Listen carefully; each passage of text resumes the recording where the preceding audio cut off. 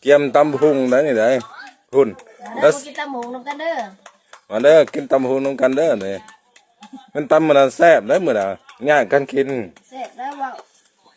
อันเด้อใส่ซอยกับเส้นบางใหญ่คุณ มือกุ๊กคนใหม่ครับ คุณในข้อกับเส้นบางใหญ่ในแขนกับผู้ตัวเป็นกำลังย้ำเนี่ย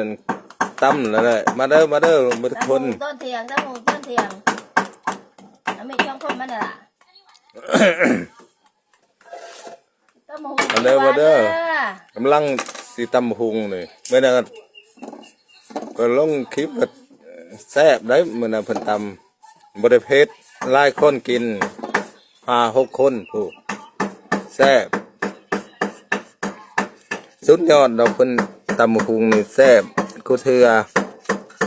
มาเด้อตำหมูกับเกี๊ยวหมูเด้อ ให้อยู่ไกลก็มากินน้ำกัน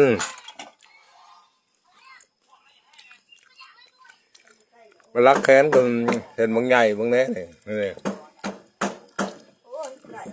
แต่คอค้ำอีก งานเด้อ ยังได้อยู่ในกาไม่เพิ่มบ่ให้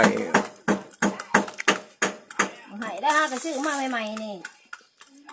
มาเด้อเ